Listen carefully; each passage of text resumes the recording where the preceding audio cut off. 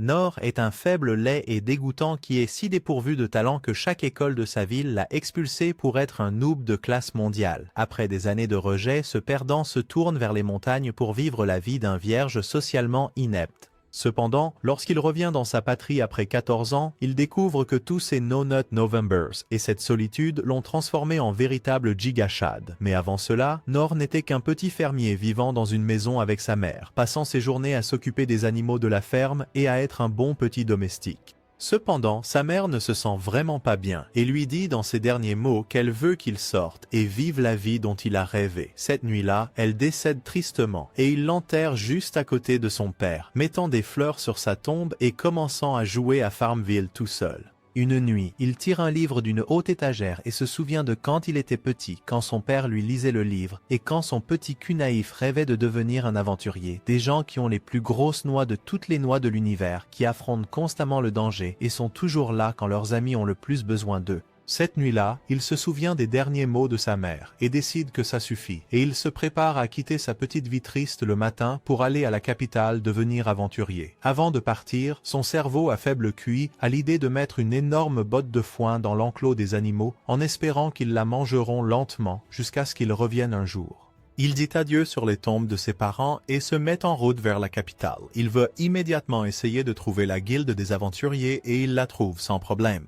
À l'intérieur de la guilde, cependant, le maître de guilde voit que Nor mesure environ 1,5 m et le chasse comme le petit idiot qu'il est. Voyant que le type est assez désintéressé, Nor joue la carte de la sympathie et dit que ses parents ne sont plus en vie, et le type se sent immédiatement désolé pour lui et propose de l'aider. Il explique que pour être un aventurier, il doit avoir du cran et aller à l'école royale d'entraînement pour acquérir des compétences avant de pouvoir s'inscrire comme aventurier. Nor décide d'abord d'aller à l'école de tri, mais après 3 mois, tout ce qu'il a appris est apparé. Alors le maître de l'école le met dehors à cause de son incompétence. Bien qu'il soit un perdant sans valeur, Nor n'abandonne pas encore, alors il va directement à l'école des guerriers pour tester ses capacités physiques. Après quelques mois, il se fait expulser de celle-ci aussi car il n'a fait que très peu de progrès. Nor n'abandonne toujours pas et commence à penser qu'il pourrait être sur le point de devenir Legolas et il va à l'école des chasseurs pour apprendre le tir à l'arc. Cependant, la même chose se produit. La femme qui dirige l'école lui dit qu'il est aussi talentueux qu'une crotte de chien et le renvoie après quelques mois car il continuait à casser les arcs. Ayant appris qu'il est pratiquement inutile dans toutes les compétences physiques, y compris être voleur, il essaie de voir si la magie est là où se trouvent ses véritables compétences. Le magicien dit qu'il est en fait inquiétant à quel point il est nul en magie et qu'il pourrait s'agir d'un nouveau record mondial. Même le clerc dit qu'il est super sans talent et ne peut guérir que de petites blessures. Après cette année horrible, il va à la guilde et essaie de devenir aventurier, mais le maître lui dit qu'il va certainement appeler le livre Guinness des records parce qu'il n'a jamais existé un enfant aussi dépourvu de talent dans tous les aspects. Nor est assez déçu et quitte directement la capitale pour rentrer chez lui. Il décide que même s'il n'a appris que les compétences de base médiocres de chaque école, il va simplement commencer à les entraîner comme un fou dans l'espoir de développer éventuellement de nouvelles compétences. Après seulement 3 ans, il peut déjà parer sans épée, mais est toujours complètement incapable d'utiliser une nouvelle compétence. Il devient si fort que les épées en bois se cassent dans ses mains et il décide de s'entraîner encore plus dur. Après 10 années supplémentaires, il est capable de parer mal l'épée en bois en même temps. Il quitte à nouveau sa petite ferme pathétique, espérant qu'il est devenu assez puissant pour rejoindre les aventuriers après toutes ces années, malgré le fait qu'il n'ait appris aucune nouvelle compétence. Il arrive à la guilde et la fille qui y travaille lui dit qu'il est cuit et qu'il ne peut toujours pas s'inscrire. Tout à coup, le type qui dirige la guilde vient le voir et le reconnaît, allant immédiatement boire un verre avec Nor en voyant qu'il est toujours inutile en ce qui concerne les compétences. Le maître explique à Nor qu'il y a 5 niveaux d'aventuriers, le rang E étant le pire, et qu'il est trop inutile même pour atteindre ce rang.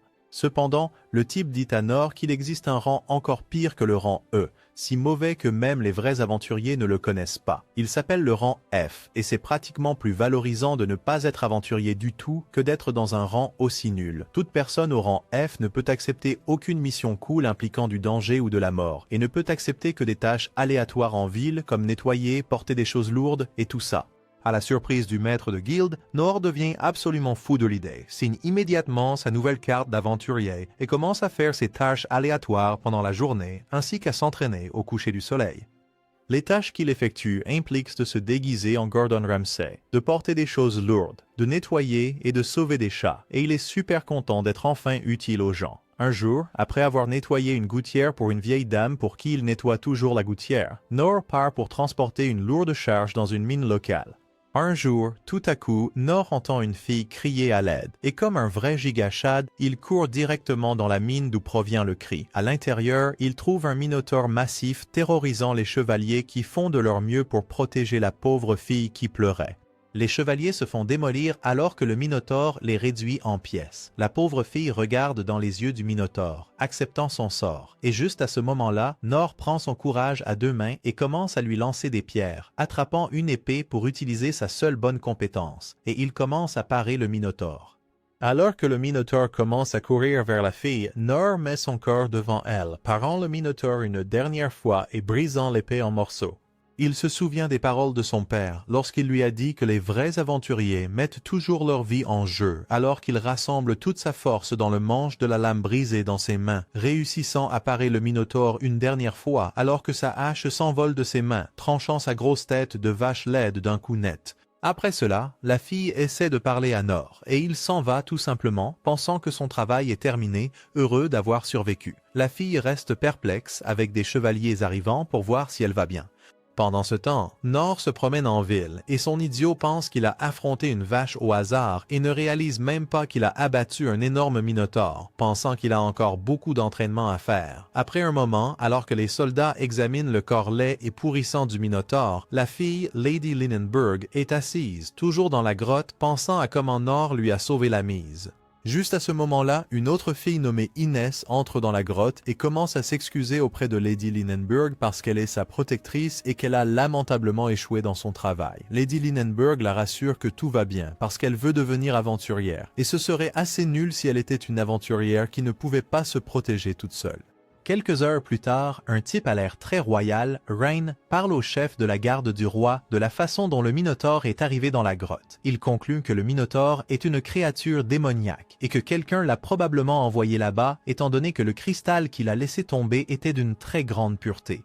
Après avoir examiné le cristal et l'emblème, ils ont déduit qu'il venait de l'empire magique de Doritas. Après les avoir provoqués si longtemps, Doritas a finalement décidé de commencer son grand plan, qui débute par une tentative d'assassinat de Dame Lynn, la princesse. Rain, son frère, réalise que la seule chose que Doritas a toujours voulu est la ressource spéciale de leur royaume, la relique étrange d'Atrolic trouvée dans le donjon des perdus. Rain commence à réfléchir à quel genre de bête et de gigachad cet homme qui a sauvé Lynn doit être. Le lendemain matin, Nor revient tranquillement à la guilde comme si de rien n'était, et le maître est surpris que la tête de Nor, pleine de QIBA, soit toujours sur ses épaules. Nor, cependant, n'a pratiquement aucune idée de ce qui se passe et le maître doit lui expliquer qu'un démon était dans la grotte la nuit dernière et que même lui, qui était autrefois de rang A, aurait du mal à combattre le démon. Nor dit essentiellement qu'il a de la chance de ne pas l'avoir vu parce que son idiot croit toujours qu'il a combattu une grosse vache. Le maître de la guilde explique qu'il a été vaincu par une personne mystérieuse à la fin et Nor commence à rêvasser sur l'aura que cette personne doit avoir, sans savoir que c'est en fait lui. Juste à ce moment-là, Lady Lynn arrive derrière Nor, heureuse de l'avoir enfin trouvé après l'avoir suivi pendant longtemps.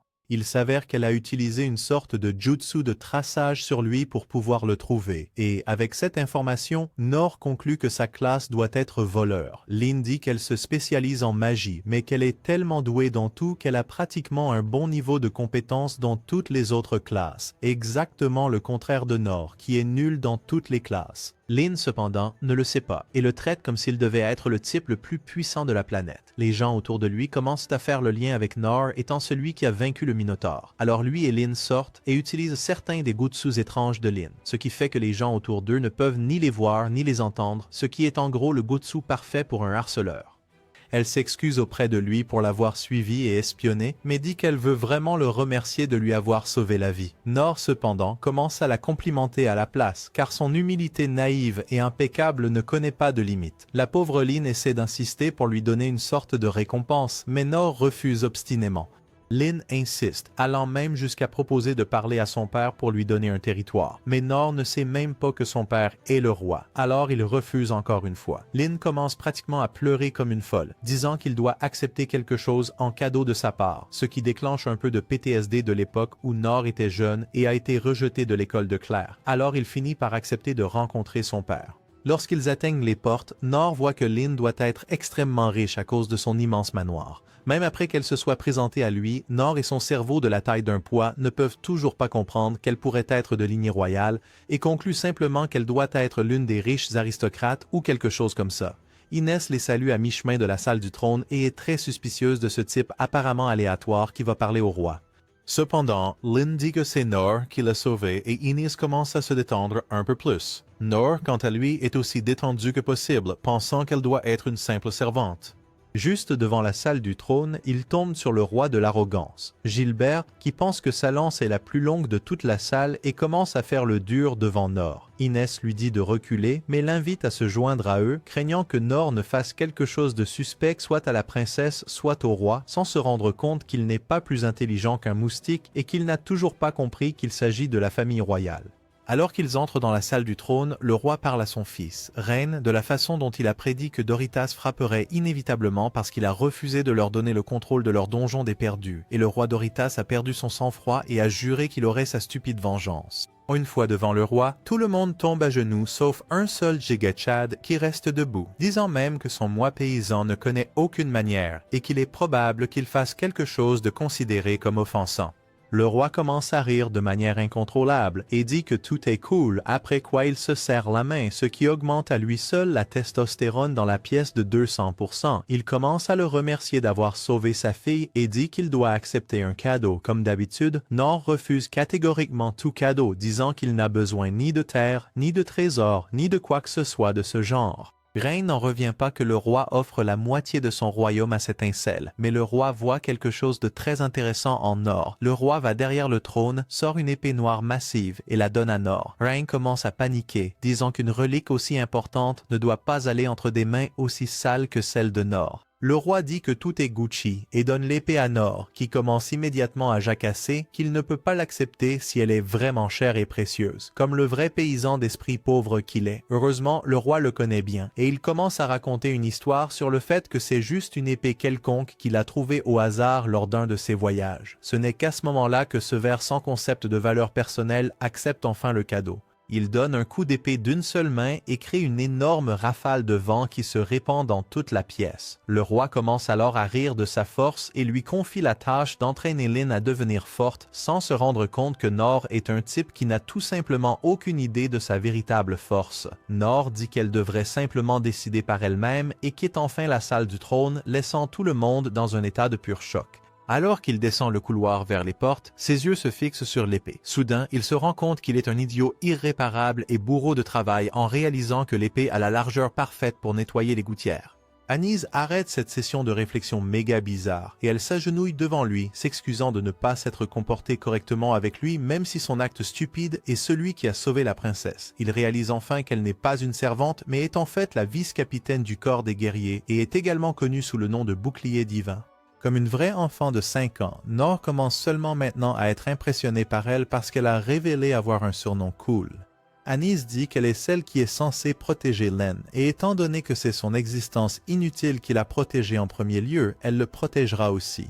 Cependant, elle est extrêmement en colère à propos de la façon dont il a traité le roi sans aucune manière, et lui dit qu'elle lui coupera les couilles s'il continue à se comporter ainsi. Lorsqu'il finit par lui dire son nom, elle a une petite crise de PTSD rien qu'en entendant le nom, puis elle s'en va. Juste au moment où il est enfin sur le point de quitter les lieux, il tombe sur l'arrogant perdant Gilbert, qui veut que Nor lui montre enfin ce qu'il peut vraiment faire. Ils commencent à marcher ensemble vers la salle d'entraînement de Gilbert, car il veut encore plus gonfler son ego en battant Nor dans un match d'entraînement. Gilbert explique qu'il est célèbre dans la capitale, et Nor accepte joyeusement le match étant donné que cela fait des lustres qu'il n'a pas combattu avec quelqu'un.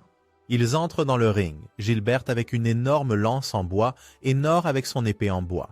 Comme d'habitude, Nor commence à surestimer sévèrement son adversaire et à se sous-estimer. Gilbert essaie de le frapper avec la lance, mais Nor esquive simplement chaque attaque. Nor, ne réalisant même pas à quel point il est un gigachad, interrompt le combat et dit à Gilbert de l'attaquer de toutes ses forces. Le petit ego de Gilbert commence à s'effondrer et il essaie de déployer toute sa force contre lui, devenant de plus en plus en colère à chaque esquive de Nor. Nor continue de faire descendre son pauvre petit ego en lui disant d'aller encore plus vite et Gilbert perd tout bon sens et lance son attaque la plus puissante contre Nor, que Nor esquive sans problème mais cède juste après, pensant que cela devait être un avertissement de Gilbert sur le fait qu'il est bien plus puissant que lui, ne réalisant pas le moins du monde qu'il aurait pu facilement le battre si la séance de combat avait continué. Alors que Nor s'en va, tous les spectateurs PNJ dans la salle commencent à commenter sur le fait que Dragrav, le mouvement spécial de Gilbert, est impossible à esquiver et que c'est un miracle que Nor ait gardé la tête sur les épaules. Alors que Gilbert est assis dans le coin, il commence à se souvenir de comment il est arrivé dans la capitale en premier lieu. Il avait l'habitude de parcourir le monde à la recherche de gars forts, étant donné qu'il était super arrogant et talentueux, mais ne pouvait jamais trouver quelqu'un qui puisse même s'approcher de lui. Dans un village quelconque, après avoir mis à terre tous leurs guerriers, le chef du village lui propose de retourner à la capitale pour rejoindre l'armée, étant donné qu'il est si épique et fort, après avoir atteint la capitale. Cependant, tout ce qu'il a jamais fait, c'est écraser des monstres parce que son ego arrogant et flamboyant est vexé de ne pas trouver un humain qui puisse égaler son niveau de puissance. Même après avoir obtenu le titre de lance divine, il n'est toujours pas satisfait et s'ennuie constamment, pensant que tout le monde est bien en dessous de lui. Le seul qu'il trouve fort est le maître de tri, à qui il parle un jour de son ennui constant d'être toujours le meilleur. Maintenant, alors qu'il se tient devant des épées en bois dans la pièce, il est totalement et complètement perplexe à propos de Nor et de l'énorme quantité d'aura autour de lui. Il ne pouvait pas le lire dans la salle du trône, et ressentait même qu'il ne pouvait pas détester le type, mais trouvait quelque chose d'incroyablement étrange chez lui. Il n'arrive pas à se remettre du fait que même après avoir perdu la tête et lancé son attaque la plus puissante qui tuerait instantanément n'importe qui, Nor l'a esquivé avec aisance et a même carrément abandonné. Se sentant comme une chaussette usée et ratatinée sous un lit, Gilbert continue de penser au moment où Nor a dit qu'il avait hâte de le revoir. Après avoir examiné le sol de la salle d'entraînement, il voit d'énormes fissures causées par le poids des énormes attributs de Nor. Après avoir enfin atteint sa rue, Nor commence à penser qu'il a à peine esquivé l'attaque et que Gilbert a dû y aller doucement avec lui. Cependant, il ne le respecte toujours pas assez pour se souvenir correctement de son nom, pensant que cela doit ressembler à un oiseau. Le lendemain matin, Nor découvre que la nouvelle épée est absolument parfaite pour nettoyer les gouttières et qu'elle ne veut tout simplement pas s'ébrécher, peu importe à quel point il la manie brutalement. Nor commence à se sentir incroyablement inutile parce que son travail de porteur de lourdes charges a été suspendu à cause de l'incident du Minotaure. Alors il commence à penser à d'autres bons emplois qu'il pourrait faire avec l'épée à la place. Cependant, étant donné qu'il a le cerveau d'un enfant de 5 ans, au lieu de réaliser qu'il a le potentiel pour écraser des monstres, il pense qu'il pourrait peut-être utiliser l'épée comme rame, grille ou peut-être une spatule pour sortir les pizzas du four. Heureusement, cet état d'esprit extrêmement triste est interrompu par Lynn, qui s'approche de lui et lui demande de l'accepter comme acolyte. Ni, bien sûr, étant donné qu'il a moins d'estime de soi qu'un sandwich mouillé, refuse, pensant qu'il n'a tout simplement rien à lui apprendre et qu'il n'y a aucun moyen que ses compétences puissantes puissent être utiles à un bon à rien comme lui. Cependant, Lynn ne va pas abandonner si facilement, et elle commence à montrer toutes ses compétences épiques. Même après tout cela, Nor refuse toujours, car il est encore plus convaincu qu'il n'a rien à lui apprendre. Lynn, quant à elle, pense qu'il refuse de l'enseigner parce que sa magie est trop nulle, et en est vraiment triste, mais elle continue obstinément à insister pour que Nor la forme. Nor se rend compte que la seule façon de lui montrer qu'il n'y a littéralement rien de valable en lui est de lui montrer sa petite boule de feu tristement pathétique, qui était la seule chose qu'il avait apprise à faire à l'école de magie il y a toutes ces années. Il allume son sort et Lynn reste complètement sidérée.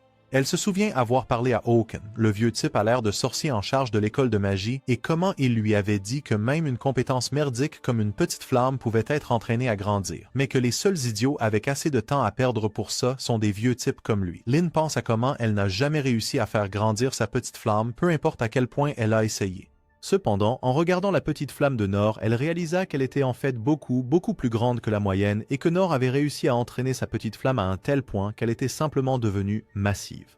Elle se rend compte que la meilleure chose qu'elle puisse faire pour elle-même et sa lignée est de convaincre Nor de lui enseigner. Plus tard dans la journée, elle va voir Nor et lui dit qu'elle continuera à le suivre et à le traquer jusqu'à ce qu'il l'accepte enfin comme son acolyte et commence même à l'appeler Papa Nor, enfin instructeur Nor. Le lendemain, Rain est assis dans son bureau et réfléchit à ce qui a poussé son père à donner la relique la plus importante du royaume, faite de matériaux jamais vus auparavant, la lame noire incassable, à un type aussi quelconque que Nor. De plus, le plus grand mystère était comment une lame indestructible pouvait être dans un état aussi horrible.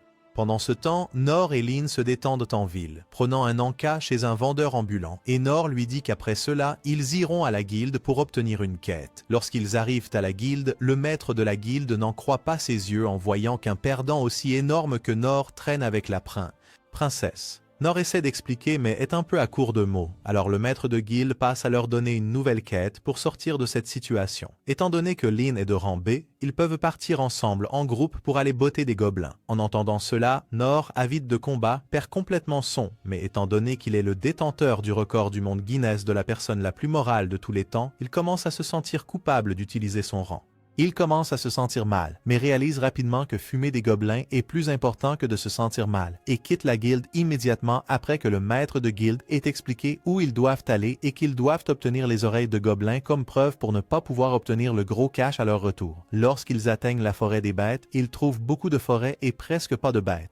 Parce que la créature la plus effrayante que Nor ait vue jusqu'à ce moment-là était un chat, il demande à Lynn de lui donner un aperçu rapide de ce à quoi ressemblent les gobelins. Elle dit que bien qu'ils soient normalement assez tranquilles, quand ils manquent de nourriture, ils ont tendance à grignoter des humains. C'est pourquoi leur population doit constamment être réduite par les aventuriers. Nor réalise que non seulement Lynn est forte, mais elle est aussi intelligente comme. Alors qu'ils s'enfoncent plus profondément dans la forêt, le brouillard devient de plus en plus épais et ils ne parviennent toujours pas à trouver de gobelins. Tout à coup, Lynn ressent une présence plus profondément dans la forêt et il commence à tourner en rond pour essayer de comprendre ce qu'elle est. Soudain, il s'arrête parce que Lynn sent quelque chose dans l'air, mais il ne voit toujours rien autour d'eux.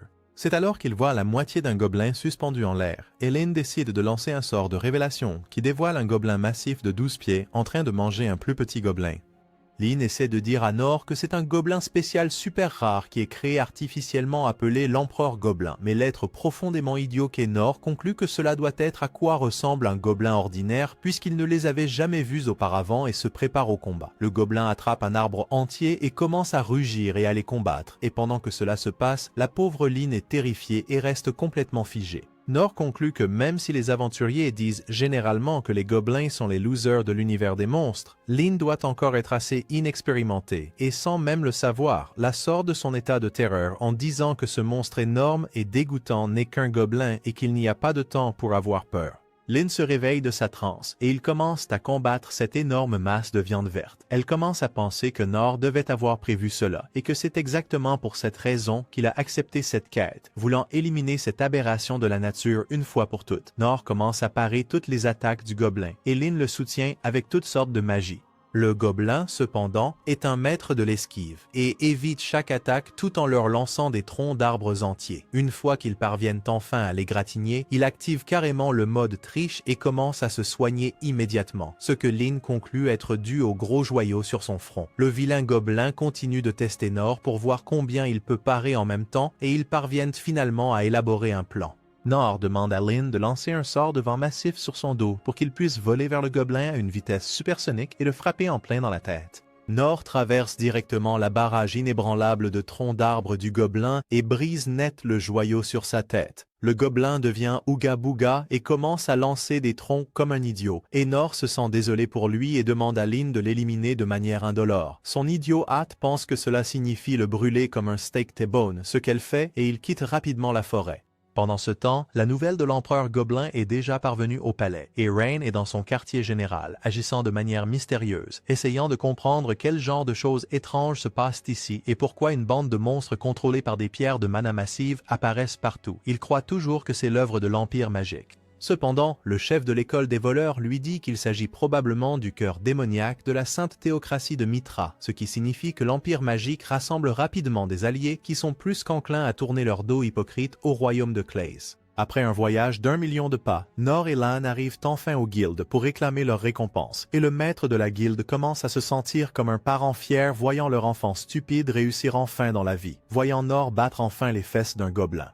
Il dit qu'ils ne l'ont battu que grâce à Lin, ce qu'elle nie bien sûr, car personne ne peut être meilleur que son instructeur papa, Nor. Nor commence à parler du joyau sur la tête du gobelin et Lin s'enthousiasme du fait que Nor pense toujours que c'était juste un joyau et dit au maître de guilde que c'était juste un gobelin, malgré le fait qu'il soit assez confus à propos du joyau. Finalement, il leur demande la preuve de paiement et ils réalisent qu'ils ont oublié de prendre l'oreille du gobelin avant de le transformer en hamburger.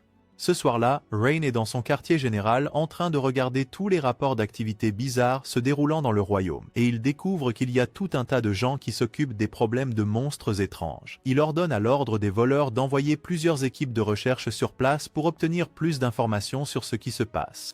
Et c'est à ce moment-là que Rain réalise enfin que le pays est pratiquement au bord d'une guerre totale et d'un siège par l'Empire magique. Pendant ce temps, Nor et Lin prennent enfin leur pause collation bien méritée, après que le maître de guilde leur ait donné un peu d'argent pour le gobelin par pitié, malgré le fait qu'il leur manquait une oreille. Nor regarde Lin se demandant combien de temps elle prévoit de rester avec lui, et il semble qu'en plus de tous les pouvoirs qu'elle a déjà, elle a aussi le pouvoir de lire dans les pensées, car elle lui dit immédiatement qu'elle rentrera chez elle pour la nuit. Cependant, juste au moment où ils se disent au revoir et que Nor la remercie de l'avoir aidé avec le gobelin, Rain surgit de nulle part et leur demande à tous les deux de venir au château le matin. Il dit que Nor est maintenant la seule personne sur qui il peut compter, et il accepte de venir. Le matin, ils acceptent la tâche que Rain avait en tête, que Nor a apparemment acceptée uniquement parce qu'il n'avait jamais vu de carrosse auparavant. Alors qu'ils se promènent à la campagne, ils commencent à parler, et Lin commence immédiatement à s'excuser à la place de son frère de lui avoir demandé de venir dans cette quête à l'improviste. Nor, bien sûr, n'a littéralement aucun problème avec cette quête, car la mission consiste essentiellement à faire un tour et à aller à la sainte théocratie de Mira et se détendre un moment, étant donné qu'il ne se passe rien en chemin. Pour les protéger, Rain a également demandé à Inès de les accompagner, qui est apparemment aussi une experte en conduite de carrosse. Cependant, Inès a reçu une mission secrète de Rain, et elle doit rester avec Lin dans la sainte théocratie de Mitra au cas où tout tournerait mal dans la capitale. Après avoir roulé un moment, il s'arrête près d'une rivière pour une petite pause pipi, et Inès commence à parler à Nor. Inès s'inquiète que Nor doive être porté par elle, et Nor dit qu'il essaiera de se protéger du mieux qu'il peut. Elle explique finalement qu'elle est censée être le bouclier divin, et elle invoque son sort de bouclier divin que Nor le pervers commence immédiatement à toucher pour une raison quelconque. Nor pense à comment Lin lui a dit que Gilbert, le gars arrogant avec la lance avec qui il s'est battu, est l'un des types les plus puissants du coin et qu'il a vaincu un dragon tout seul. Et il se rend compte qu'Inès doit être super forte aussi. Il pense aussi à quel point il est inutile, étant donné qu'il a eu du mal avec un simple gobelin. Inès entre dans un arc de flashback et commence à se souvenir de la première fois où elle a découvert qu'elle avait des pouvoirs spéciaux à l'orphelinat. Étant vraiment impressionnés, tous les directeurs des écoles la regardent et déduisent qu'elle est si méga puissante qu'elle manifestera soit le pouvoir d'une épée divine capable de tuer n'importe quoi, soit un bouclier divin assez puissant pour protéger quiconque. Ils commencent tous à l'entraîner et à lui enseigner à utiliser tous leurs pouvoirs pour qu'elle devienne méga OP. Elle se souvient aussi qu'elle avait entendu le nom de Nor auparavant lorsque Dandol, le chef de l'école des guerriers, l'a protégé d'une fourmi géante au combat et a dit qu'il souhaitait que Nor soit encore là. Elle commence à ressentir toutes sortes de jalousie envers Nor, étant donné que son papa, Dandol, l'a louée et l'a tenue en si haute estime, mais elle retrouve rapidement sa lucidité après la jalousie et décide qu'elle devrait toujours agir comme le bouclier et protéger à la fois Lin et Nor. Alors qu'il regarde par la fenêtre, Nor remarque un chemin dans les champs de blé qu'il traverse, et Lin arrête immédiatement la calèche et utilise le sort de révélation, qui dévoile un énorme dragon grenouille et un enfant à côté. Au même moment dans la capitale, les gardes font irruption dans les appartements du roi et lui annoncent que de nombreux monstres sont apparus partout dans le royaume en même temps. Le roi et son fils, Rain, commencent à discuter de ce qu'ils devraient faire alors que tous les chefs d'école, appelés les 6 souverains, sont séparés en train de combattre une multitude de monstres à travers la ville. Rain dit au roi que Lin est en sécurité, mais il ne sait pas qu'elle est, juste en même temps, sur le point d'être attaquée par un énorme dragon grenouille. Pendant ce temps, avant d'être découvert par le sort de Lin, l'enfant et le dragon se promènent tranquillement, l'enfant répétant constamment qu'il est censé les tuer tous. Une fois découvert, Lin, Inès et Nor ne peuvent pas vraiment comprendre ce qu'un monstre aussi horrible fait au milieu d'un champ de blé quelconque. Nor, cependant, se dirige immédiatement vers le dragon avec son énorme épée noire et le part juste au moment où il allait commencer à ronger le pauvre enfant. Pendant que cela se passe, Lin et Inès regardent l'enfant et concluent que l'enfant doit être l'un des démons, des demi-humains dotés de la capacité de contrôler les monstres. Elle se souvient qu'il y a 200 ans, le peuple démon s'est rassemblé et a presque détruit la sainte théocratie de Mithra, ce qui a failli les mener à l'extinction, et a engendré une haine ardente entre eux et les humains. Ils pensent qu'ils devaient être en mission pour détruire leur royaume et qu'il a été tellement choqué par le sort de révélation qu'il a perdu le contrôle du dragon. Inise et sa jalousie sont choqués que Nor ait sauté pour protéger l'enfant sans poser de questions, et tandis que Lane est super impatiente de se lancer dans la bataille pour l'aider, Inise l'en empêche. Nor, cependant, fait ce qu'il sait faire de mieux et part le dragon grenouille jusqu'à le faire disparaître. Mais le dragon grenouille reçoit un rapide coup de pouce et lance un souffle empoisonné insensé sur le pauvre Nor, qu'il détourne immédiatement de l'enfant mais directement sur lui-même. Cela s'avère être une très mauvaise décision car il propulse le poison directement dans ses poumons et il perd toute sa force. Pauvre Lynn essaie d'aller le protéger, mais Inès l'arrête parce qu'elle est plus importante pour elle que le perdant Nor. Alors que le dragon grenouille les attaque, Lynn remarque des oiseaux morts par terre et pense que Nor doit être complètement mort. Cependant, sorti de nulle part, une griffe de dragon s'écrase sur le bouclier devant Inès et Lynn, et alors que le brouillard se dissipe, il voit que Nor tient toujours bon et part toutes les attaques du dragon avec de la boue noire s'écoulant de partout. Il finit par perdre toute sa force et tombe à plat sur le dos, pensant que tout est fini. Un flashback révèle que le pauvre enfant contrôlant le dragon était en fait un esclave retenu dans un cachot parmi de nombreux autres enfants tristes et affamés comme lui. Les personnes qui les retenaient là leur donnaient pratiquement de la nourriture pour chiens horrible, et l'enfant se souvient comment sa race ne contrôlait que le bétail jusqu'à ce que quelques idiots commencent à contrôler des monstres et à tuer des gens, ce qui a conduit à ce que toute leur race soit complètement méprisée par tous les gens ordinaires. En plus de tout cela, il se faisait constamment tabasser comme un punching ball par le garde par pur amusement chaque fois qu'il posait une question.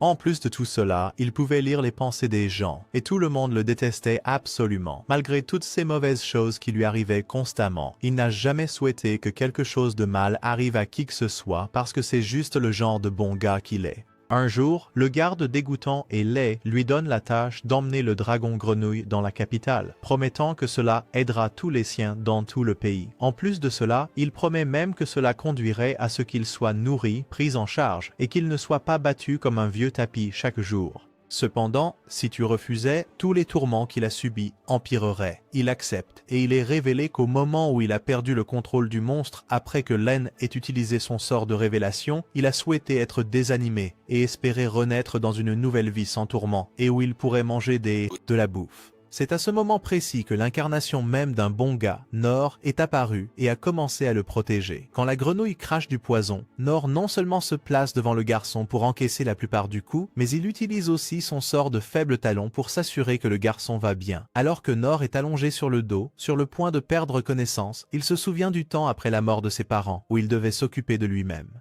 Son idiot est allé dans les bois et a cueilli toutes les plantes qu'il pouvait trouver, faisant un ragoût qui s'avère être le plus toxique du monde car il y a mis une plante vraiment vénéneuse, ce qui l'a conduit à s'effondrer et à commencer à cracher du sang. D'une manière ou d'une autre, il parvient à ramper jusqu'à la source d'eau et il rassemble même assez de force pour se lever et aller à l'épée afin de terminer sa routine d'entraînement. Il commence à se soigner avec son faible talon et se réveille miraculeusement dans son lit chez lui, complètement guéri. Le lendemain, il retourne dans la forêt pour ramasser d'autres plantes, mais cette fois, il décide d'utiliser son cerveau et de réfléchir aux plantes qui pourraient être toxiques. Alors qu'il regarde une plante, un serpent surgit de nulle part et semble avoir des préférences très étranges, se dirigeant directement vers les fesses de Nor et le mordant immédiatement. Étant donné que le serpent est super venimeux, Nor s'effondre instantanément, mais parvient d'une manière ou d'une autre à se soigner à nouveau. Comme il n'est pas mort, il a conclu que l'étape logique suivante serait de rôtir le serpent et de le manger. Après cela, son étrange derrière devient accro à la nourriture empoisonnée et il commence à manger tout ce qui est toxique qu'il peut trouver. Parfois, il s'effondrait, mais au fil des années, cela lui a permis de développer une tolérance à presque tous les poisons connus de l'homme. C'est exactement pourquoi il se relève, enlève le poison et continue de combattre le dragon grenouille dans l'espoir de pouvoir le rôtir et le manger à la fin du combat. Il continue de parer la grenouille, brisant ses griffes à chaque fois qu'elles entrent en contact avec son épée noire épique. L'enfant le regarde et salive pratiquement, en pensant à comment il pourrait devenir son nouveau papa. Voyant que la grenouille a maintenant atteint la taille de Jabba le Hutt, Nor conclut qu'elle doit rassembler tout son poison pour une attaque finale et il la pare immédiatement, faisant imploser la grenouille comme une piñata à l'anniversaire d'un enfant. Il va parler au gamin qui lui dit qu'il était en fait celui qui menait la grenouille en ville, ce que Nor, étant donné son QI de bas niveau, pense devoir être parce que la grenouille était un ingrédient de cuisine précieux. Il commence immédiatement à s'excuser auprès de l'enfant pour avoir gâché la livraison et dit qu'il le remboursera certainement. L'enfant dit que tout est cool et voit que Nor est juste trop naïf et stupide pour comprendre quoi que ce soit correctement. Après que l'enfant lui ait dit qu'il peut contrôler les monstres, Nor lui dit que c'est une compétence épique et l'enfant n'en revient pas que quelqu'un voit enfin cela comme un don divin au lieu d'une malédiction. Le gamin, nommé Rollo, dit à Nor qu'il est l'un des démons, et comme Nor manque de toute éducation commune, il n'a aucune idée de ce que c'est, et dit simplement à Rollo qu'il ne devrait pas se laisser affecter par ce que disent les idiots, et qu'il a un pouvoir génial qui peut être vraiment utile pour aider les gens. Rollo commence immédiatement à pleurer lorsqu'il apprend qu'il peut réellement faire le bien, au lieu d'être utilisé uniquement pour de mauvaises choses, et c'est seulement maintenant que l'égoïste Anaïs et la pauvre Lynn courent vers eux. Lynn essaie de réfléchir à comment il aurait pu survivre à cela et se souvient que Sign, le chef des clercs, lui a dit un jour que si l'on perfectionnait son corps et son esprit au niveau de la perfection, on pourrait développer la capacité de guérir immédiatement son corps de toute mauvaise chose qui lui arrive. Elle se souvient même que Sign a dit que c'est une tâche si difficile que même Sign a mis plus de 40 ans à la réaliser et que le giga Chad Nor a pu le faire en seulement 15. Anaïs et Lynn deviennent méga suspicieuses de Rollo, mais Nor insiste pour qu'ils emmènent le pauvre gamin avec eux. Ils essaient de lui demander qui l'a engagé pour commettre un acte aussi odieux et il dit qu'il n'a aucune idée de qui était vraiment derrière tout ça. Lynn commence à se sentir coupable d'avoir jugé l'enfant et ils commencent à utiliser tout leur cerveau pour essayer de comprendre ce qu'ils devraient faire avec l'enfant parce que les démons sont strictement interdits dans la théocratie sacrée de Mithra et à ce moment-là, un Gojo de magasin à 1$ apparaît, très surpris que Nor ait survécu à la bataille avec le dragon grenouille. Nor lui demande immédiatement s'il est celui qui lui a ordonné de livrer le monstre à la ville et le Gojo de Bitek lui dit qu'il n'est qu'un mercenaire là pour ramener Rollo parce qu'il a échoué dans sa mission. Il essaye d'attaquer l'enfant, mais Noor le part comme la légende qu'il est. Le Gojo de budget ne voit même pas l'enfant comme une personne et le considère seulement comme un moyen de se faire beaucoup d'argent et il se bat avec Noor tout en lui donnant une explication sur la raison de sa présence. Le faux Gojo devient super arrogant et pense qu'il pourra simplement trancher la tête de Noor sans problème et en finir sans savoir que Noor est probablement le type le plus OP de tout le royaume. Le wannabe Gojo est super rapide et frappe Noor avec ses petites lames, mais pas assez vite pour que Noor ne puisse pas le repousser. En fait, ses lames sont si faibles comparées à la grande épée noire de Noor qu'elles continuent de se casser, peu importe le matériau dont elles sont faites. Comme d'habitude, Lynn observe en mode spectateur et Anaïs agit comme un bouclier. Anaïs dit à Lynn que ce Gojo wannabe s'appelle en fait Deadman Zador, l'un des aventuriers les plus forts qui est devenu renégat parce qu'il manquait sévèrement de boussole morale et qu'il tuerait n'importe qui si cela payait bien. Le niveau de puissance du type est tellement élevé qu'il a carrément détruit l'armée entière d'un pays et brutalement éliminé la famille royale. Pendant que le combat continue, Zadu se rend compte qu'il n'a presque plus de dagues car elles se cassent à chaque fois qu'elles entrent en contact avec l'épée impressionnante de Nor. Il réalise très vite que Nor n'est pas le genre de gars avec qui on veut s'amuser, alors il décide d'utiliser le jutsu qu'il a utilisé quand il a anéanti l'armée du royaume, ce qui crée essentiellement 1 milliard de lames dans le ciel, prêtes à pleuvoir sur le pauvre Rollo. Bien sûr, Nor est là pour parer les attaques. Mais cette fois, c'est beaucoup plus difficile parce que Zaru, ce casse-pied, continue d'invoquer les lames encore et Nor doit même réaliser un spécial Erika et en prendre quelques-unes dans le dos. Anaïs arrête enfin d'être une idiote et décide de se joindre à lui pour l'aider en voyant que la situation devient très tendue très rapidement. Elle crée une barrière de bouclier massive pour protéger Nahor et Nahor lui dit qu'elle est une sauveuse parce qu'il commençait à manquer de place sur son corps pour les lames. Anaïs dit qu'ils devront essayer de le battre dès que possible et qu'elle se concentrera sur la défense, suppliant Nahor d'essayer de l'éliminer. Nor est d'accord et propose le plan d'utiliser sa main droite entraînée et de lancer les crocs du dragon grenouille sur les épées, les brisant en morceaux encore et encore. Lynn est là, stupéfaite par la puissance de son instructeur, Nor. Sorti de nulle part, Zaru apparaît devant Anaïs et est sur le point de la poignarder dans l'œil quand Nor le repousse, brisant une lame supposément incassable. Zaru réalise que cela va être beaucoup plus difficile qu'il ne l'avait imaginé, alors il ramasse ses affaires et s'en va.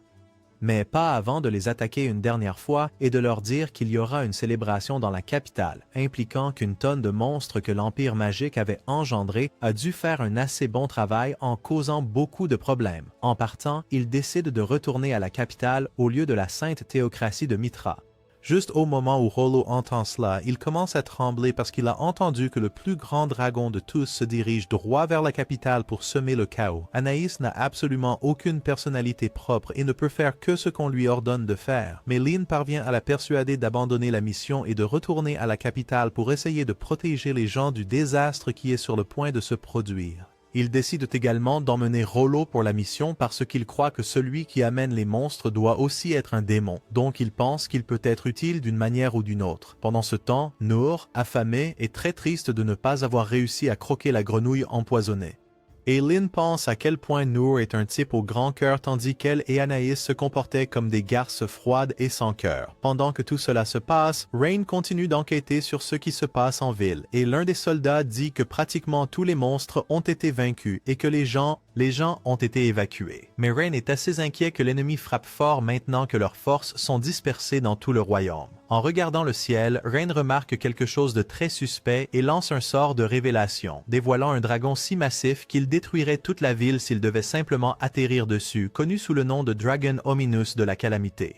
Après un moment, Noor, Inès, Lynn et Rollo arrivent enfin aux environs de la capitale, et ils voient le Big Chungus Dragon of Calamity voler très en colère vers la ville. Et Noor se souvient d'un moment où son père lui a parlé d'un dragon qui était tellement furieux qu'il a failli détruire tout le continent une fois. Les pauvres gens de la capitale lèvent les yeux et voient un dragon massif couvrir entièrement le ciel, et un reine très effrayé dit aux soldats à côté de lui que ce dragon n'a dormi que 150 ans et commence à faire dans son pantalon de prince rien qu'en pensant à la puissance de l'empire magique s'ils parviennent à le réveiller de son sommeil et à l'utiliser à leur avantage. Il ordonne aux soldats de faire sortir tout le monde de la ville immédiatement. Pendant que cela se passe, le roi se détend dans son quartier général, regardant le dragon à travers ses fenêtres, rassemblant son immense courage royal pour sortir et combattre. Pendant ce temps, Lynn regarde la ville avec des jumelles, encore à des milliards de kilomètres, espérant que son père et son frère s'enfuient à temps. Cependant, Noor et ses 3 neurones regardent le dragon et admirent sa taille massive. Il a l'idée d'essayer de courir vers la ville avec l'aide de l'impulsion de vent de Lynn pour faire de son mieux pour la sauver, car la ville a fait tant pour lui. Lynn pense qu'il est trop tard pour sauver le roi, mais le gentil et naïf Noor avec son optimisme éternel parvient à la faire changer d'avis et à la convaincre d'accepter son plan. Alors qu'il sort de son QG pour combattre le dragon, le roi se souvient comment il était un énorme gigachad, et comment il avait carrément refusé de céder son royaume à Doritas il y a longtemps, et comment il avait juré de montrer au roi à quel point il avait tort. Le dragon atterrit enfin et commence à détruire tout autour de lui dans la ville simplement en existant. Bien qu'il soit inquiet pour sa fille, le roi se ressaisit, prend son épée et est enfin prêt à faire de son mieux pour combattre ce dragon et sortir son royaume de ce pétrin. En même temps, Inès et Lynn ont essentiellement créé un entonnoir massif autour de Noor pour que le sort soit encore plus puissant afin qu'il puisse atteindre la ville à temps. Ils le lancent et Noor commence à changer d'état d'agrégation et à aller à la vitesse de la lumière vers la ville. Au même moment où il commence à se diriger vers la ville, le dragon de la calamité est sur le point de lancer l'attaque la plus meurtrière de l'univers, avec laquelle il a presque rasé le monde entier en utilisant le souffle du dragon directement sur le visage du roi. Juste au moment où le roi s'apprêtait à encaisser l'attaque, Noor est apparu de nulle part et a paré le souffle du dragon dans les airs, le détournant de la ville. Le dragon est complètement stupéfait que quelqu'un ait réussi à dévier son attaque et regarde autour pour comprendre ce qui se passe. Maintenant, le dragon et Noor se regardent droit dans les yeux, et le dragon est extrêmement en colère contre lui, faisant de son mieux pour l'écraser avec sa queue comme un petit insecte. Inès, Rollo et Lynn arrivent enfin sur leurs chevaux juste à temps pour voir Noor combattre le dragon, bien qu'ils soient légèrement distraits par des débris volants qui les font tomber de leur cheval. Sorti de nulle part, un groupe d'empereurs gobelins surgit et engage le combat, et Lynn se souvient de l'acte loufoque de Noor, et motive Inès en disant qu'ils ne sont qu'un groupe de gobelins, et il les élimine assez facilement parce que la légende Rollo les a arrêtés net en utilisant ses pouvoirs de contrôle. Pendant ce temps, Noor fait de son mieux pour parer toutes les attaques du dragon, et le dragon est complètement sidéré par le fait qu'il ne peut absolument rien faire contre l'épée de Noor. Alors il s'envole dans le ciel et lance une autre bombe de bête à queue sur la ville, que Noor, bien sûr, part dans le ciel aussi facilement que la précédente. Tout le monde regarde avec une admiration absolue alors que le dragon descend sur Noor de toutes ses forces, et Rollo dit à tout le monde que le dragon est absolument furieux parce qu'il voit Noor comme son ennemi. Mais Noor s'en fiche complètement. Ne sachant pas quoi faire d'autre, le dragon lance directement une dernière attaque sur Noor, et il tranche net l'une des griffes du dragon. Le dragon se souvient enfin du bon vieux dicton « Si tu ne peux pas les battre, rejoins-les » et se soumet simplement à Nor. Nor, bien sûr, avec son faible QI, ne peut pas comprendre que cela puisse arriver et qu'un perdant comme lui puisse devenir un tueur de dragons. Et il s'assoit simplement devant le dragon avec Inès, Rollo et Lynn qui le rejoignent enfin. Il leur dit que tout est cool et remercie Rollo pour son aide car il pense que c'est lui qui a contrôlé le dragon pour le détendre et l'arrêter. Il demande à Rollo une faveur, de renvoyer le dragon d'où il vient au lieu de le tuer parce qu'il n'est pas du genre à tuer la faune à moins qu'elle ne soit venimeuse. Rollo dit qu'il demandera poliment et Nor le complimente disant que tout est cool et que personne n'a peur de lui.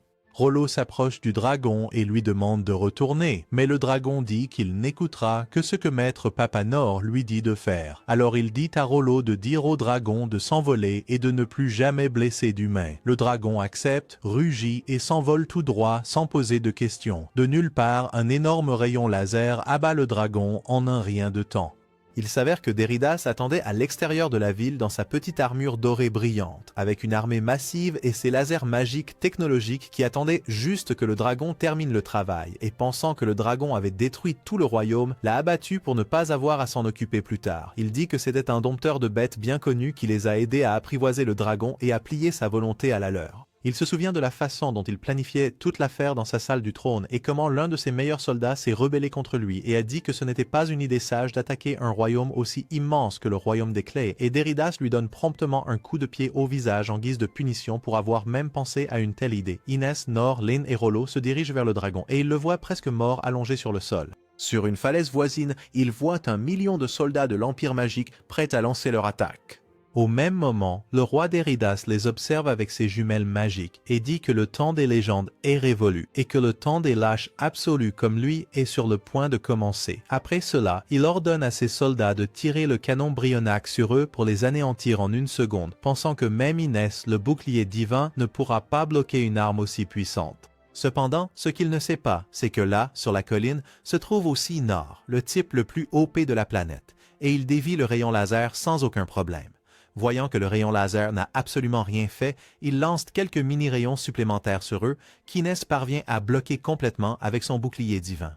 Un des soldats informe le roi Derridas qu'il devrait se déplacer à l'arrière pour sa sécurité, et comme le vrai et qu'il est, il se déplace à l'arrière pour éviter le danger. Pendant ce temps, Nor pense enfin à s'enfuir et est sur le point de présenter cette idée au groupe lorsque Lynn lui dit qu'elle sait exactement quel est son plan et le lance immédiatement vers l'armée avec son sort de vent. Alors qu'il est en plein vol, il commence à parer tous les rayons qui les visent, et il fonce droit dans l'armée à une vitesse supersonique et commence à faire tomber chaque bouclier et épée de chaque soldat de l'armée encore et encore, tandis que le roi efféminé Derridas regarde depuis une colline voisine, confus. Cependant, le roi n'est pas laissé seul longtemps, et Nor le poursuit très vite, tandis que les soldats font de leur mieux pour éviter les épées qui tombent du ciel. Non seulement cela, mais Nor s'en prend aussi à toutes les machines magiques et les brise en morceaux sans problème. Après cela, il s'approche enfin du roi et le roi réalise qu'il est le même type qu'il a vu à 85 km avec ses jumelles et il ne peut tout simplement pas croire qu'il est maintenant là devant lui. Le roi commence à paniquer car Nor le regarde avec un regard de psychopathe et se fait littéralement dessus, même si Nor faisait vraiment de son mieux pour paraître le moins menaçant possible. Alors que Nor s'approche, le roi réalise que sa lame est la lame noire de Clays, la relique la plus puissante du royaume, si puissante que même le roi de Clays devait la manier à 2 mains. Derridas comprend que cela suffit, alors il monte sur son cheval et commence à fuir pour sauver sa vie.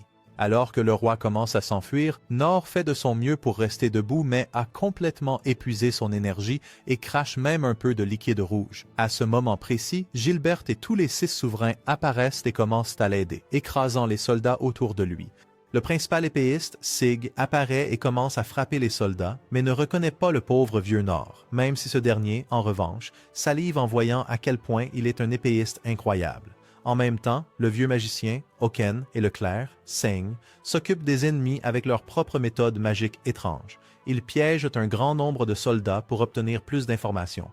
Nor regarde autour de lui et reconnaît tous ses anciens professeurs et est aux anges de les revoir. La fille Archer, Mayan, le reconnaît et le voleur, Kaoru, aussi. Lin soigne Nor et Nor se sent pratiquement comme une nouvelle personne, bien qu'il est très fin. Réalisant que le roi d'Erides s'est échappé, les Sovereign Six se réunissent immédiatement et essaient de trouver un moyen de l'attraper. Nor finit par avoir une idée et les dirige vers le dragon de la calamité, que Saint commence à soigner pour qu'il puisse l'utiliser afin d'atteindre le roi à temps et l'empêcher de se retrancher derrière les murs de sa forteresse. Pendant qu'il soigne le dragon, Saint dit à Oken qui est Nor, et Nor lui dit immédiatement que son vieux n'a pas du tout changé depuis la dernière fois qu'il l'a vu et qu'il est plutôt surpris qu'il soit encore en vie.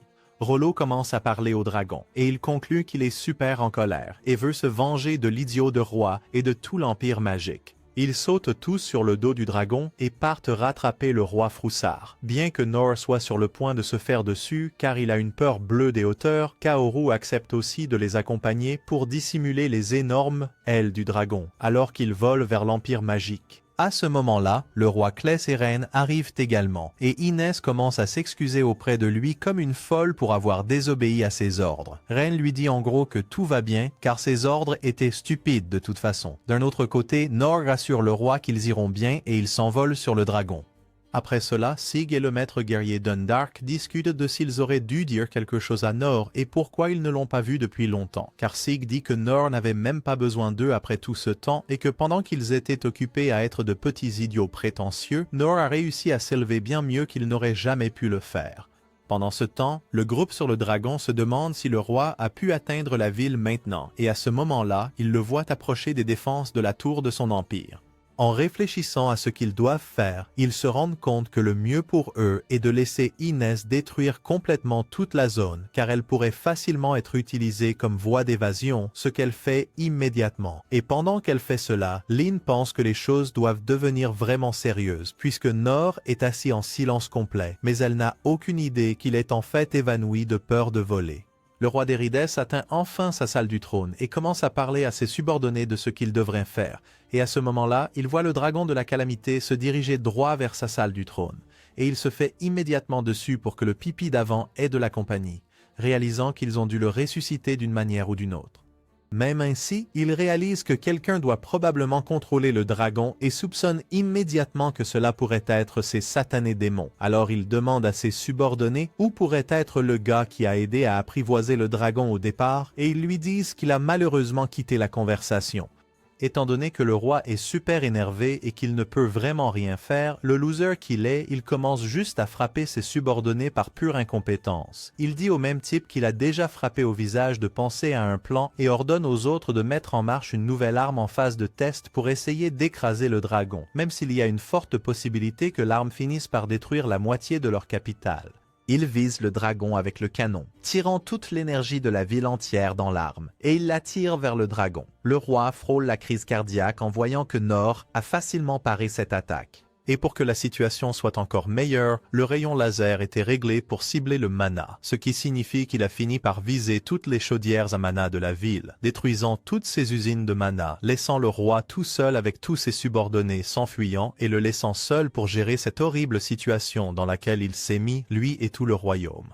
Après que Nor ait paré l'attaque sans problème, il réalise qu'il vole maintenant dans les airs très rapidement sans rien de mou pour atterrir. Alors il commence à traverser les murs, l'épée en avant, et traverse directement le palais jusqu'à la salle du trône. Juste au moment où le roi d'Erides était entouré par un groupe de ses soldats qui prévoyaient de le tuer et de se rendre au royaume de Clace dirigé par le type qu'il n'arrêtait pas de battre et qu'il venait d'envoyer réfléchir à un plan pour résoudre tout ce désordre, Nor arrive en volant à travers le toit et commence à défendre le roi, pensant qu'il est injuste qu'un groupe de soldats s'en prenne à un vieil homme faible et sans valeur. Ils pensent que Nor doit être un garde du corps payé et ils essaient de le combattre, mais il finit par parer chaque attaque. Et en essayant de mettre Doritas hors de danger, il continue de le projeter contre le mur et le sol, lui causant probablement plus de dégâts qu'il n'en aurait subi de la part des soldats. Nor se met à le taquiner et dit que puisque le roi est si vieux, il mourrait de vieillesse de toute façon et qu'il devrait le laisser tranquille. Nor, en tant que Dumbeck, n'a vraiment aucune idée de comment gérer cette situation. Et heureusement, Rain, Lin et le voleur arrivent et disent qu'ils sont d'accord avec Nor et que Doritas devrait bénéficier d'un traitement spécial. Sous-traitement spécial. Saint signifie le mener au bord de la mort, puis le guérir pour qu'il puisse ressentir chaque once de douleur à nouveau. Rain donne également au roi un bref aperçu du nombre exact de personnes mortes lors du siège du royaume de Clays, avant de lui dire qu'il sera pardonné, mais seulement après avoir enduré beaucoup de douleurs. Pendant ce temps, Nor commence à se sentir vraiment coupable d'avoir détruit tous ses fours à mana avec sa parade, mais il s'en remet rapidement lorsque Lynn lui dit que les fours à mana sont des endroits tellement surpeuplés de mana que les gens ne peuvent même pas y entrer. Juste à ce moment-là, Rain vient vers eux et explique que la guerre est enfin terminée. Et Nor est vraiment confus car elle vient juste de commencer et ne comprend pas pourquoi ils n'ont pas simplement discuté au lieu que tant de gens soient blessés. Rain dit que le trône sera hérité par le petit-fils du roi qui n'a que 10 ans, donc il y aura un conseil qui gouvernera à sa place. Le principal soldat qui avait prévu de tuer Doritas plus tôt, nommé Randius, se présente à Nor et dit qu'il fera tout ce qu'il doit pour se racheter de l'avoir attaqué plus tôt. Ils deviennent tous amicaux l'un avec l'autre et il est expliqué qu'il fera partie de ce conseil qui gouvernera à la place du roi. Après cela, toute la bande de Clay monte sur le dragon et rentre chez elle, avec le pauvre Nor qui les supplie de voler un peu plus près du sol parce qu'il n'aime vraiment pas voler.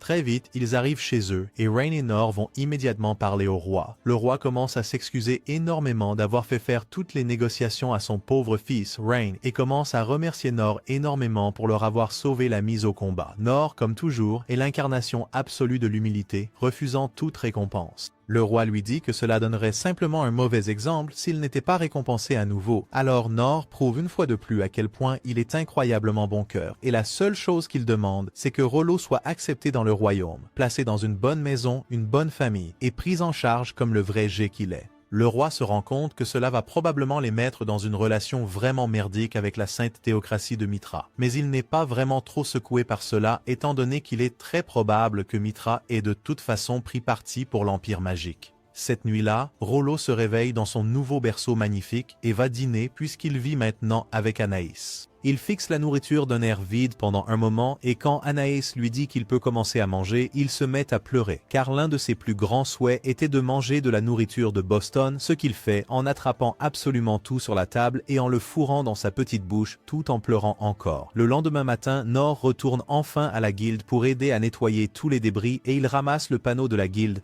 se souvenant de la première fois qu'il l'a vu il y a 15 ans. Après que le type de la guilde lui ait parlé des écoles, le jeune Nor est allé et a immédiatement rejoint l'école d'escrime. Et il est évident qu'il était de loin l'un des meilleurs, des plus talentueux là-bas, malgré le fait qu'il n'était même pas prêt de développer de nouvelles compétences. Il était tellement doué que le meilleur épéiste du royaume, Sig, qui dirigeait l'école, a dit que Nor pourrait facilement le surpasser. À un moment donné, il montre à Nor l'une de ses techniques les plus rapides en lançant une poignée de feuilles en l'air et en les tranchant toutes à une vitesse fulgurante. Le jeune et naïf Nor est émerveillé et n'en revient pas de la rapidité, tandis que Sig n'est pas du tout surpris. Mais tout à coup, Nor explique ses mouvements exacts, ce qui signifie que Nor a pu le voir clairement même s'il se déplaçait à une vitesse incroyable, ce qui pousse le maître d'épée à penser que Nor est encore plus talentueux qu'il ne le pensait auparavant.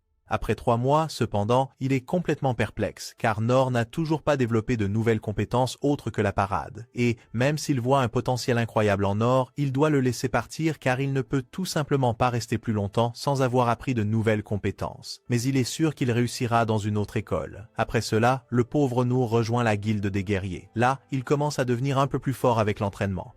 Et après 2 mois, lors d'un test horrible qui consiste à laisser tomber d'énormes rochers sur vous, un accident se produit et un rocher beaucoup plus gros commence à tomber sur Nuor. Le chef de la guilde des guerriers, Dundag, saute pour le protéger, mais voit que Nuor n'a pas bougé d'un pouce, prouvant qu'il a des nerfs d'acier. Après un autre mois, Dundag lui dit de partir puisqu'il n'a pas réussi à apprendre de compétences autres que d'améliorer légèrement ses capacités physiques, pensant que le garçon est tellement talentueux qu'il sera sûrement incroyable dans une autre compétence. Toujours déterminé à exceller dans quelque chose, Nour rejoint l'école des archers. Et la fille responsable, Miahan, fait un shikamaru, se sentant super ennuyée, alors elle donne à Nour une tâche pratiquement impossible, qui est de lancer une pierre à 70 millions de mètres sur un bâton suspendu à un arbre. Et Nour y parvient sans problème plusieurs fois de suite, ce qui fait tomber la mâchoire de la fille si fort qu'elle aurait peut-être dû appeler un chariot élévateur pour la relever. Après un certain temps, il ne lance toujours que des pierres, puisque Mian sait qu'il aura des ennuis si elle le laisse utiliser un arc. Pourtant, elle finit par céder et lui donne un arc que Noor casse immédiatement en deux à cause de son niveau de force incroyable. Après avoir cassé environ 1 milliard d'arcs, elle lui donne même son arc spécial. Et Noor, bien sûr, le casse en deux rapidement.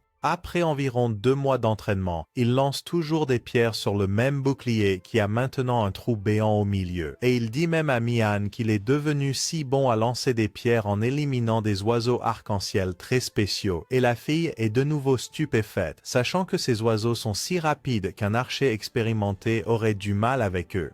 Après un autre mois, cependant, l'inutile Noor n'a toujours pas réussi à apprendre une seule compétence, et elle lui dit simplement de partir, bien qu'elle soit également sûre qu'il trouvera une autre compétence qui conviendra mieux à son talent insensé. Étant donné qu'il n'est pas du genre à abandonner, Noor continue et rejoint la guilde des voleurs. Le maître de la guilde des voleurs, Kaoru, reconnaît immédiatement qu'il a du talent et il parvient même à nettoyer un donjon super piégé, mais il le fait comme un bélier, sans se soucier de la vie de ceux qui l'entourent, au lieu d'être super furtif comme un voleur est censé l'être.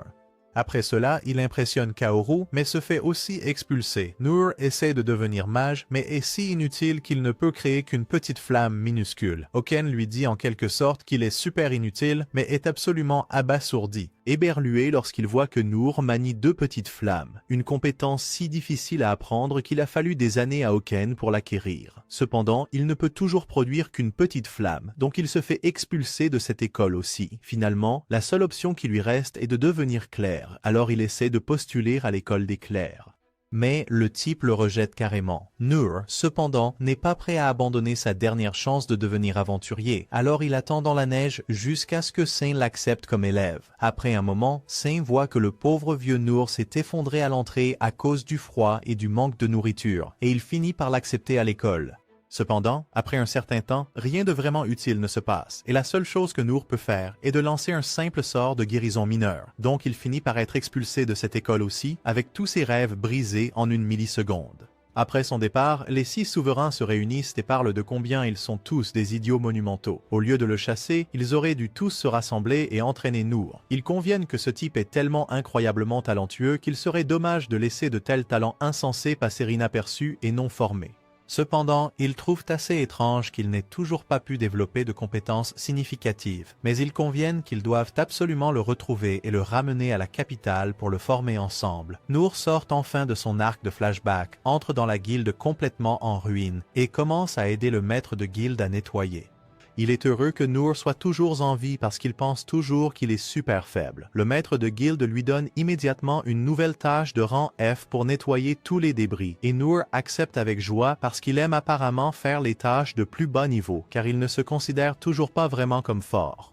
Pendant que cela se passe, le roi Claes parle à son fils, Rain, et lui dit qu'un tas de trucs fous ne fait que commencer à se dévoiler, étant donné que la sainte théocratie de Mithra a également montré son vrai visage. Cependant, il est assez heureux que son royaume ait un tas de personnes vraiment bienveillantes prêtes à se battre pour le royaume et pour ce qui est juste. Après avoir travaillé toute la nuit, Noor trouve Len en ville pendant qu'il nettoie les débris, et elle distribue des graissins qui ont l'air appétissants. Noor a très faim après avoir travaillé toute la nuit, et elle lui donne un des graissins, qu'il trouve incroyablement savoureux. Elle part en distribuer d'autres et laisse Noor à sa tâche ennuyeuse de transport de débris. Tout à coup, en pensant à quel point sa nouvelle épée est épique et combien de gouttières il va nettoyer avec, Noor voit un clocher commencer à s'effondrer sur un type au hasard, et il saute immédiatement pour le parer au loin, sauvant le type en un instant. Cela nous amène à la fin de l'ascension incroyable de Noor, du fermier inutile à la puissance de parade. Merci d'être resté jusqu'à la fin, vous êtes une légende absolue. Aimez, abonnez-vous et cliquez sur l'écran pour regarder certaines de nos autres vidéos passionnantes. À la prochaine, restez génial, restez